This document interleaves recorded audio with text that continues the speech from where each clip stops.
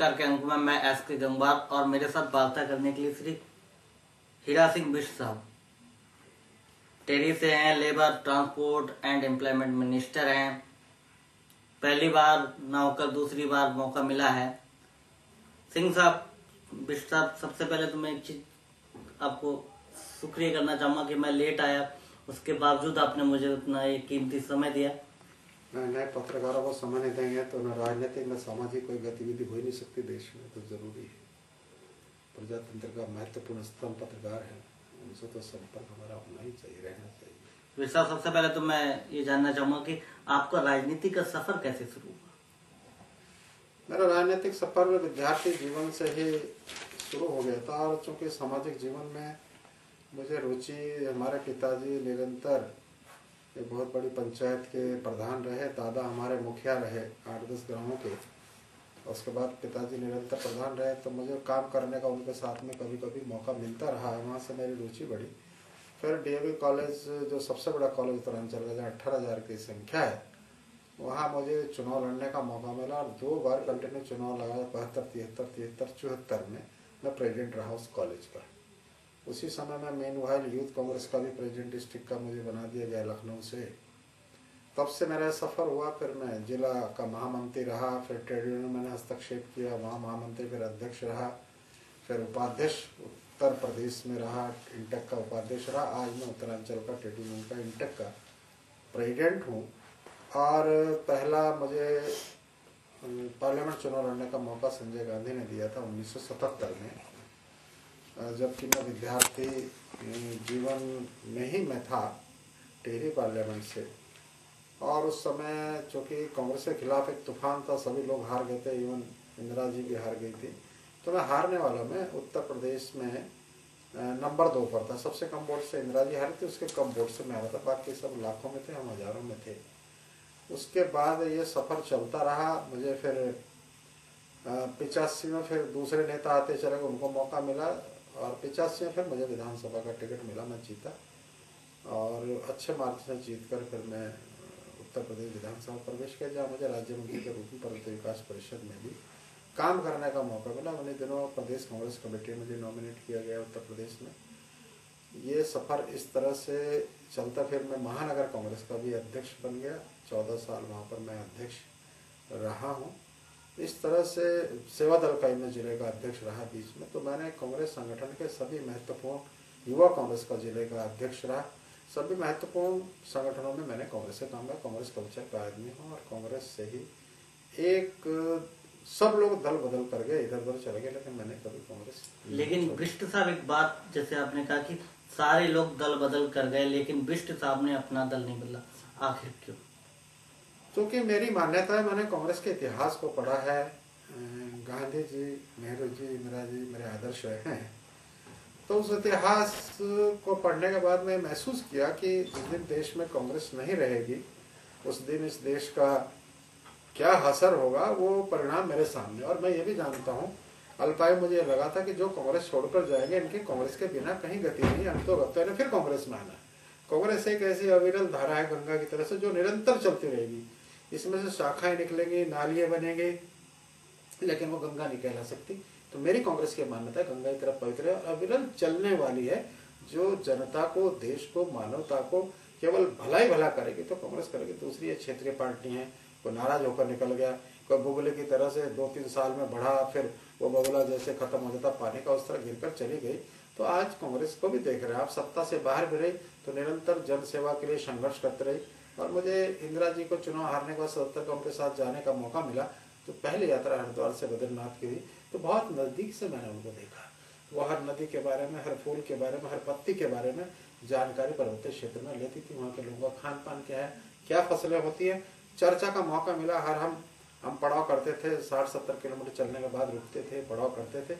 तो इंदिरा जी से बहुत नज़दीक से बहुत कुछ सीखने को मिला। और राजीव जी ने 85 में मुझे टिकट दिया, तो मैं उनका निश्चित रूप से बड़ा आभारी हूँ, मौका भी दिया।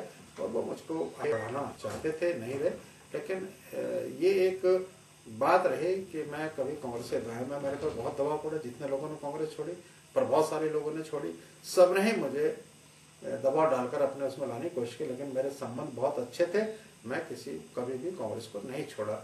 ये मेरे लिए एक, मैं तो फख्र महसूस करता हूँ, गौरव महसूस करता हूँ कि जब कोई पार्टी बदलकर हमारा नेता बनता है और मुझे कांग्रेस के बारे में उपदेश देता है तो मुझे उस समय ज़रा बुरा लगता है कि कांग्रेस छोड़कर आप और मुझे कांग्रेस के बारे में उपदेश दे रहे।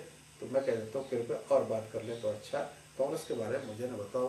कितने दबाव हमारे पर पड़े, लोगों ने कहा तुम क्या करोगे, मैं अकेला कांग्रेस भवन में बैठा रहता था। जब मैं अध्यक्ष था, विरोधी लोग सारे वो कुछ करते रहते, लेकिन मैंने निष्ठा थी, आस्था थी, आज की है और निश्चित रूप से रहेगी भी। ये मेरी बात नहीं, मैं तो, मेरी तो एक बड़ी मान्यता है कांग्रेस के बिना इस देश का उद्धार, देश का कल्याण, जो आज़ादी का झंडा था और निरंतर कांग्रेस रहेगी। जिस दिन कांग्रेस खत्म हो जाएगी तो समझो देश के क्या हाल होगा, वो कल्पना करना तो बहुत ही एक भयावह दृश्य होगा। लेकिन कांग्रेस हो गई, इसको निरंतर नेतृत्व मिलेगा। सबल, आज सोनिया जी का सबल नेतृत्व मिला है और पूरे देश के सबसे सबल महिला है इंदिरा जी के बाद, और पूरे पार्टी को नहीं और पूरी सरकार को बहुत अच्छे ढंग से चला रहे। लोगों का एक इतने विचलन, इतनी बाधाएं आई, लेकिन इंदिरा जी, सोनिया जी उससे टस से मस नहीं। लोगों ने बहुत आरोप आज भी लगा देते हैं हर बात के लिए, लेकिन वो कम बोलते हैं, लेकिन अपना दृढ़ निश्चय के साथ ईमानदारी से देश की सेवा करने का संकल्प लेकर उतरी। इससे हमारे कांग्रेस को बहुत मजबूती आई और कांग्रेस फिर दोबारा उभर कर सामने आई। विट साहब, इस समय आप labour and transport and employment minister हैं। वर्तमान समय में खास तौर से ट्रांसपोर्ट, एम्प्लॉयमेंट और लेबर के लिए क्या क्या योजनाएं चल रही हैं? जब मैंने ट्रांसपोर्ट विभाग और ये सारे मुझे माननीय तिवारी जी ने दिए थे तो उस समय सबको ये सोच रहे थे कि ये विभाग तो चलेगा नहीं, टूट जाएगा, क्योंकि कर्मचारी की फौज थी, बसें हमारे पास नहीं थी। निरंतर 1.5 वर्ष के संघर्ष के 2 वर्ष के संघर्ष के बाद हमने 1.5 साल पहले इसका डिवीजन उत्तर प्रदेश से बंटवारा हुआ और हमें 950 बसें खटारा हालत में मिली थी, कोई बसें नहीं थी। उत्तर प्रदेश ने खरीदी लेकिन उत्तरांचल को नहीं दी। इसके बाद मैंने ये संकल्प लिया कि इसको बनाना है। योजना आयोग ने मना कर दिया था कि इसका निजीकरण कर दीजिए, बसों इसका परिवहन निगम का नहीं चलेगा, देश में कहीं नहीं चल रहा। लेकिन मैंने कहा नहीं, हम इसको चलाने के लिए है, इसको एक मजबूत स्वावलंबी परिवहन निगम बनाएंगे। माननीय मुख्यमंत्री जी को भी उन्होंने मना कर दिया, मुझको, लेकिन मैं लगा रहा, फिर अधिकारियों से मिला, सरकार से मेरा हम चलाएंगे। इसको चलाने के दृष्टिकोण से हम लोग एक राज्य की पहचान क्या होगी अगर परिवहन निगम नहीं होगा, निजीकरण होगा और ये कर्मचारी 7,000 अधिकारी सड़कों पर भूखे मरेंगे, पैसा हमारे पास देने को नहीं। खैर वो निगम बना, स्वीकार हुआ और मुझे बड़ी खुशी है कि मैंने उसमें तत्काल 300 नई बसें, जिन 300 नई बसों में हाईटेक बसें भी हैं 50 और 4 वॉल्वो सर्विस भी उत्तरांचल में चल रही हैं। जहां हमको लगभग 25 करोड़ का लॉस मिला था केवल बसों का, वहां पर खर्चा होने वाला था, वहां पर आज हमको 1.5 वर्ष के निरंतर प्रयास के बाद, संघर्ष के बाद हम 1 करोड़ प्रॉफिट में, कैश प्रॉफिट में उत्तरांचल में आए हैं। और अभी 200 बसें और बनकर आनी है, 600 बसों का बेड़ा हमने नया खड़ा करना है। मैं समझता हूँ देश का पहला परिवहन निगम होगा जो आने वाले 6 महीने बाद, क्योंकि जनवरी में सारी बसें आ जानी है, बहुत बेहतरीन चला। ये नहीं कि बसें ही हमने खड़ी की, हमने कर्मचारियों को देनदारी भी निपटाई। लगभग उसका बर्डन हमारे पास 3 करोड़ रुपए साल का है। जो अवशेष वेतन थे, डीए की किस्तें थी, वो था, सारे देनदारी हम लोग उनकी भी निपटा रहे हैं और इसके बस डिपो भी हम लोग बना रहे हैं। तो बसों की जो आज हालत, आज ISBT पे चले जाए तो उत्तरांचल की बसें अपने आप में बहुत आकर्षित, बहुत सुविधाजनक हैं। सब लोग उन्हीं में आना पसंद करते हैं और वो भरी जाती हैं। हर 20 मिनट बाद हमारी सर्विस है देहरादून दिल्ली के लिए, जयपुर भी हम भेज रहे, चंडीगढ़, आगरा, लखनऊ, सारे पर्वतीय क्षेत्रों में निजी बसों को हमने बांधा, लेकिन वहाँ भी हमारी डिमांड है। इसलिए प्रत्येक जिला हेडक्वार्टर को मैंने राजधानी देहरादून और राजधानी दिल्ली से जोड़ने के लिए बस सेवा शुरू कर दी है। इसके बाद चंडीगढ़, जयपुर जो जाना चाहेगा, पर्वतीय क्षेत्र के लोगों को भी बहुत अधिक अपेक्षाएं हमारी हैं।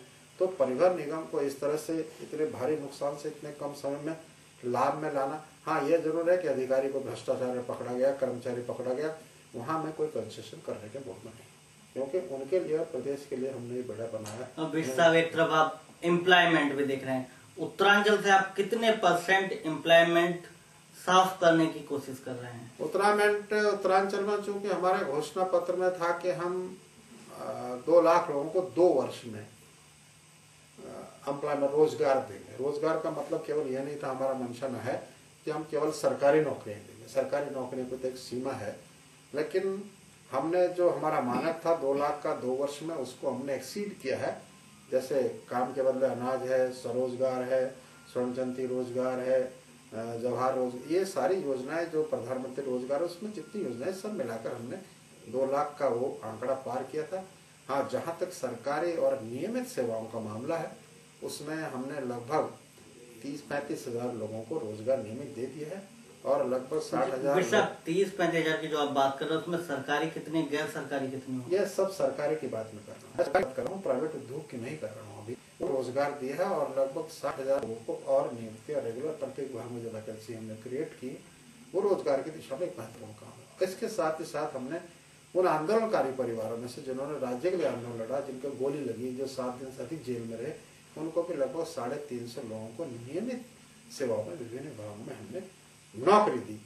अब नियमित सर्विस का है, इस रोजगार के दृष्टिकोण से हमने एक बहुत अच्छी नीति बनाई मुख्यमंत्री के साथ डिस्कस करके कि हमने रोजगार के लिए उद्योग को आकर्षित करने की योजना बनाई।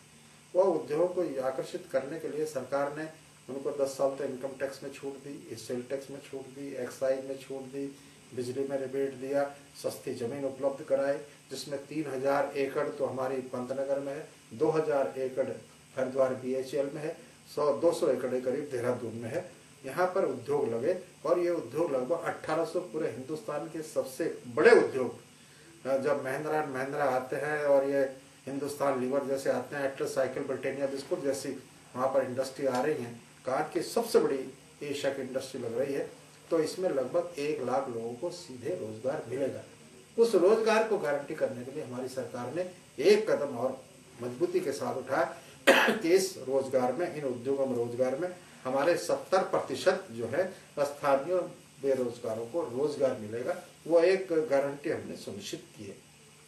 इस तरह से रोजगार के क्षेत्र में हमारा जो दृष्टिकोण, ये गैर सरकारी इकाइयां करीब कितनी लग रही हैं? गैर सरकारी मैंने बताया जो हमारी पॉलिसी के तहत आकर्षित होकर उद्योग आए, ये लगभग 1800 यूनिट उत्तरांचल में आ रही है। 1800 यूनिट आ रही है और स्वरोजगार और स्वैच्छिक संगठन, यानी कि कहीं ना कहीं एक बात कही जा सकती है कि आने वाले समय में उत्तरांचल में जो बेरोजगारी की मारामारी है इस समय, वो आने वाले समय में नहीं दिखाई दी जाएगी। उसका बहुत बड़ा अंश जो है सब रोजगार पे लग जाएगा, बहुत बड़ा भाग उसका, 100% तो कहीं बेरोजगारी का नहीं होगा।